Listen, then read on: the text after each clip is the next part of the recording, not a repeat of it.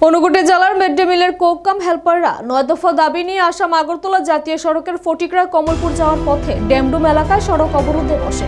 তাদের দাবিগুলি হলো mid day meal কর্মীদের ন্যূনতম বেতন 18,000 টাকা করতে হবে, 10 মাসের পরিবর্তে 12 মাসের পারিশ্রমিক প্রদান করতে হবে, মিড ডে মিল কর্মীদের বার্ষিক বোনাস দিতে হবে, তাদের প্রতি মাসের বেতন প্রদান করতে হবে, অনিয়মিত মিড ডে মিল কর্মীদের নিয়মিত করতে হবে, মিড ডে মিল কর্মীদের ছাঁটাই করা চলবে না, তাদের পেনশন চালু করতে হবে, অবসরকালীন সময়ে এককালীন 5 লক্ষ টাকা আর্থিক সহায়তা প্রদান করতে হবে, তাদের প্রভিডেন্ট ফান্ড চালু করতে হবে। এই অবরোধের ফলে রাস্তার দুপাশে যানজটের সৃষ্টি হয়, ভোগান্তির শিকার হয় সাধারণ যাত্রী থেকে পথচারীরা।